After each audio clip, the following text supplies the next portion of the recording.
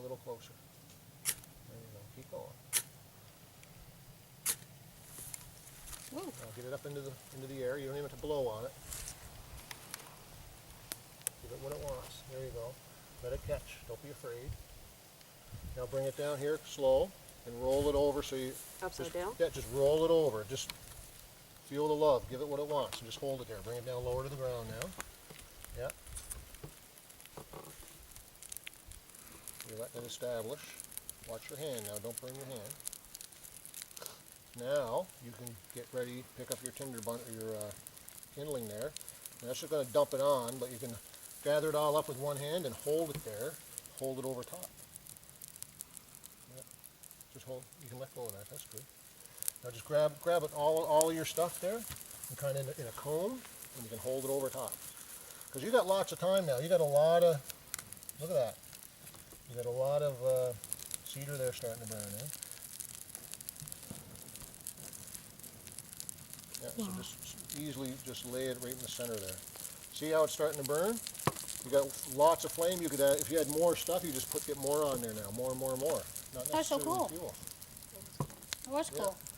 And that ferrocerium rod will give you hundreds and hundreds and hundreds and hundreds of fires.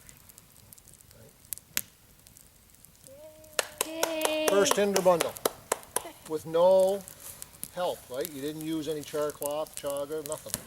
Nothing modern. You just used a spark, really, with the modern ferrocerium rod. So there you go. That's neat. Yeah. The wings on it there. Good. Okay.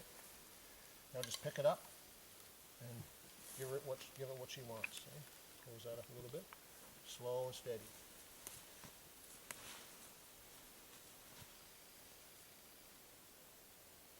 Yeah, give it a bit more as it gets stronger. Go. Harder. Faster. More smoke, blow it harder. There you go.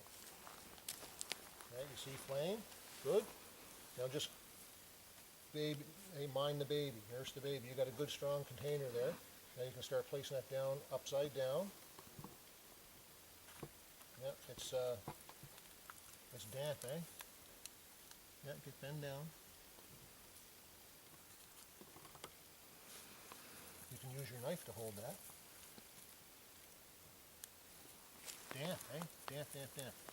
And it's enclosed by that birch bark, so it's not getting a lot of air. Blow, blow, blow. Give it some more air, see? Nice. Now, let the birch bark catch. You can hear the birch bark, eh? As it's going to start to catch. You can move around the other side. No one said you got to stay there, right? Because the wind's going this way now.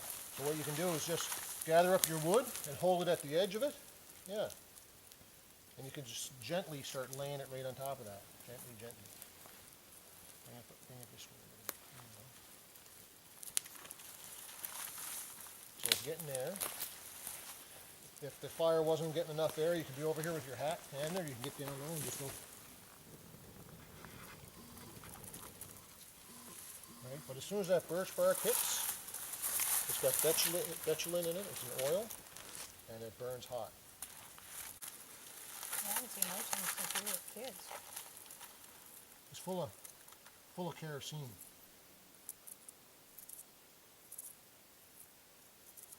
Now, just got a little pile. I've never done this. Let's try ferrocerium rod just on this and see if it lights. No offense. No offense to that. There's one of those bugs.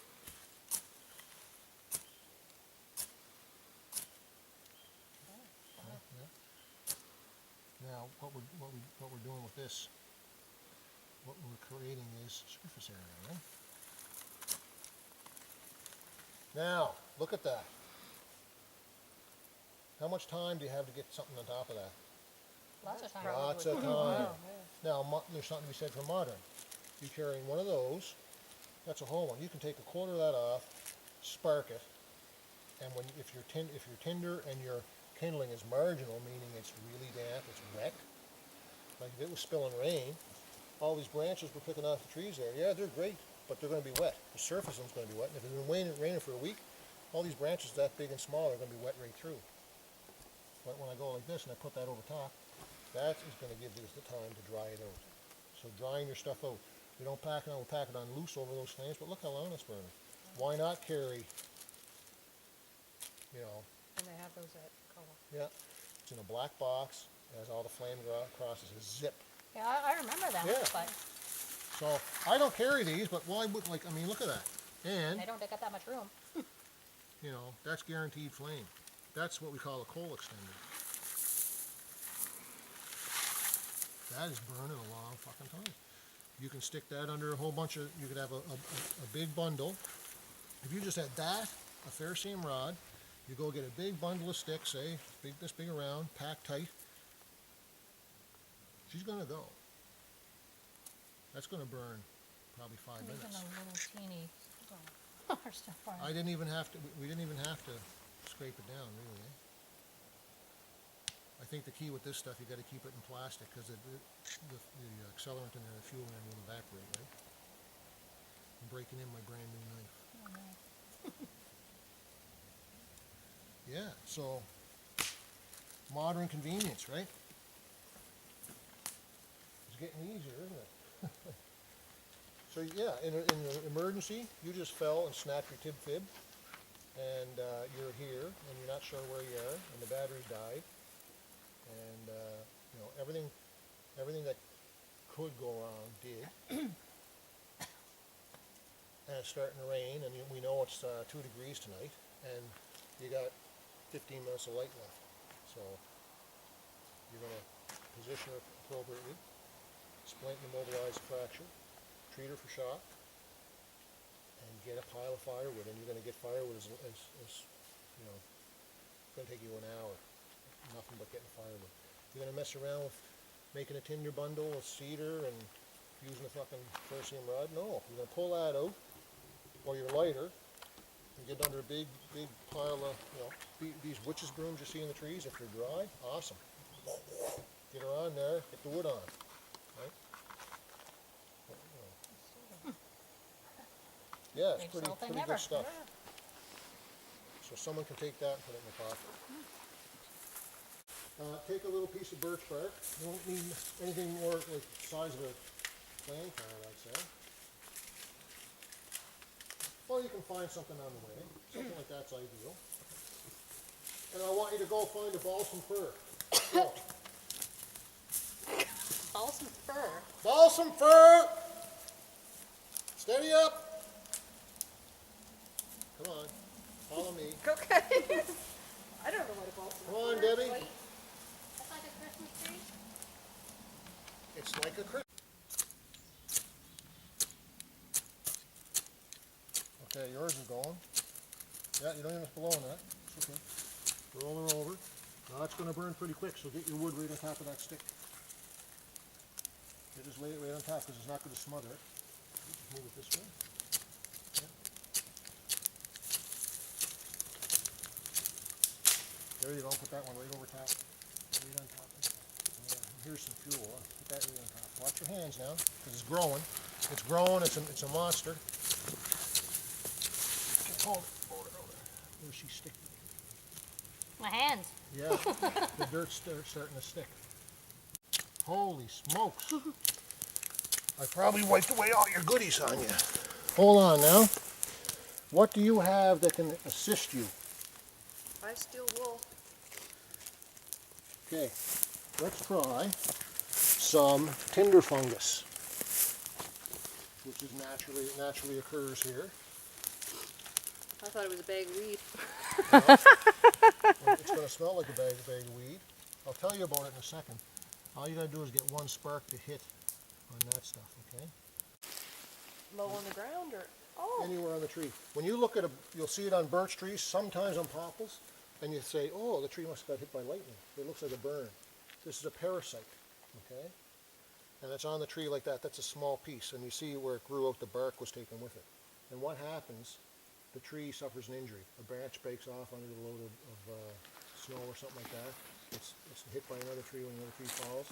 And this parasite goes to that spot and starts growing. And this grows and grows and grows. The black odor crust is no good to you. It looks like it was burnt. But it's called, the name is chaga. C-H-A-G-A. Chaga. This is true tinder fungus. People on the internet call tinder fungus different things. This is tinder fungus, okay, chaga. This piece probably took about 10 years to grow. It's a parasite, it's not part of the tree. A parasite is anything that has to attach to another organism to live, right? You can break it off the tree sometimes with a sturdy knife, like the ones I showed you, or an axe, or you can take a big rock and break it off. But use your knife, stick it in there, and you can take it off right next to the tree without hurting the tree. This piece, I've cut pieces out of it. It's the inside here, this nice fuzzy, spongy, just feel that. It's spongy, it's very light, it's like cork, okay? Okay. It's like a piece of cork, and it's still burning there. Has no discernible smell, but when it burns, it's very aromatic. When you put this under a microscope, all this is billions and billions of little tiny hair-like follicles, surface area. Right. That's why it takes a spark so long. Right off the tree, it's not going to take that spark. It has to be dried. So this is just sitting down in my basement corner. Okay. Could I use a fire to dry this? Potentially, for the next fire, right? But you just take your knife, cut out chunks. As you get closer to the outside, it gets hard, it's no good. But that's what this is. I have a lot of this stuff. When you're walking through the woods getting a geocache and you see tinder fungus on a tree, there's nothing wrong with taking a bit. You don't have to take it all, because there might be one or two different ones. And I've seen them this big. You need an axe to get them off the tree. It takes a long time to grow, wanted around the world. Can't get it in the lower U.S. states. Canada we have it because we live in a great, wonderful nation, right? And the Russians make alcoholic beverages from this. There's recipes for tea. If we were out in the woods here, spend a couple of nights in the woods, I would make tea, chaga tea with this. And there's more antioxidants in that than any other known source in the world. In that. And parasite. Yeah, in this, yeah. Better than a It's blueberry. being studied worldwide. There's some evidence that it has huge potential for cancer, preventing cancers, curing cancer. Yeah, all in that little parasite. I get it for fire starting. I carry it in my 18th century kit there. But you can grind it up, so many teaspoons, steep it, make tea. Really supposed to be healthful. Like everything else, you got to be aware of what you're doing and make sure you know you're doing the right things, right? But yeah, that is tinder fungus, so never walk past it. I take that the same way, you know, in the past I take an animal with respect and with the utmost dignity and use it for you know, for what it was put here for. And How long does it take to dry out? I don't know, I never really timed it. I just take a chunk and I have it in a cupboard downstairs. It's got And, so much of it. yeah. But where it was dark on the outside, would that eventually dry out and you could take it all, or just No, where it's it's light on always the inside is all it is? it's crusty like that rock. Well, I should let you touch it. You I get mean, more dents on the outside. like that's, yeah. Okay. That doesn't burn. You see how it's- it it's gets a- more dense? Yeah. And that's never going to be usable. No, it's this inside. So I would cut out of this, and like there's always a little bit of wood in it. Like close to the tree, you'll see wood fibers into the, because it kind of morphs the whole tree, the wound in the tree. It's this this color stuff right here, this golden color. Like a crunchy bar. Yeah, exactly. Well, and yeah, it's spongy like crunchy bar. So Now I want a crunchy bar. what we're gonna do? Blueberries, crunchy bars. So I'm gonna set you up here. You're gonna use this and the flint, okay? Okay, good. There you go. Yeah, you got time. Now, don't burn yourself. Hold that together. You can put it right in the tin there. Just lay them together. Yeah, and just blow on it. Watch you don't burn yourself. Okay, let go. Light. There you go. There you go. Take that. Lay it in there. Lay it in there and pick that whole thing up. It's not going to go out. The only way you can stop that burning now is cut it off. And pick it up and do your tinder bundle thing.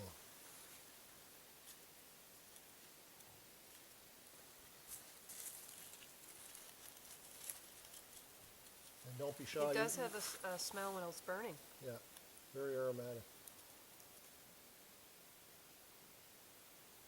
Now that should light that. Right?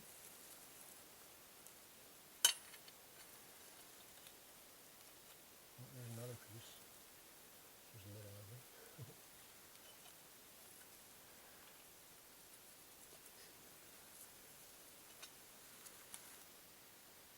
More smoke, more air. Turn around, face that way. There you go. Big breath.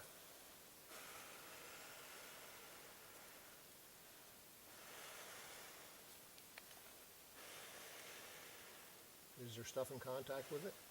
Yeah, It's just a old man's beard. yeah.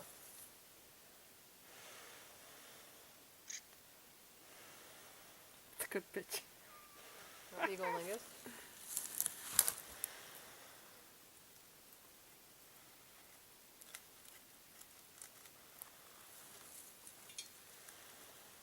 More air. Slow and steady, more.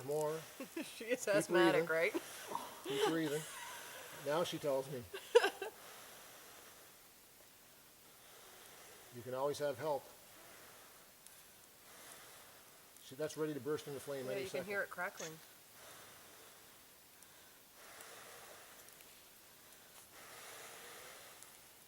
It's coming at the bottom of it.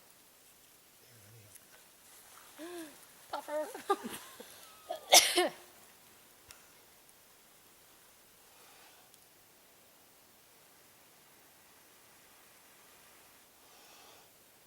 Well, I can make smoke signals while everyone else lights fires. We'll just need to practice, that's all. No one said it was easy.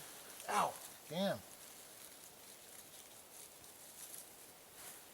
This is turning to be a real fucking challenge, isn't it?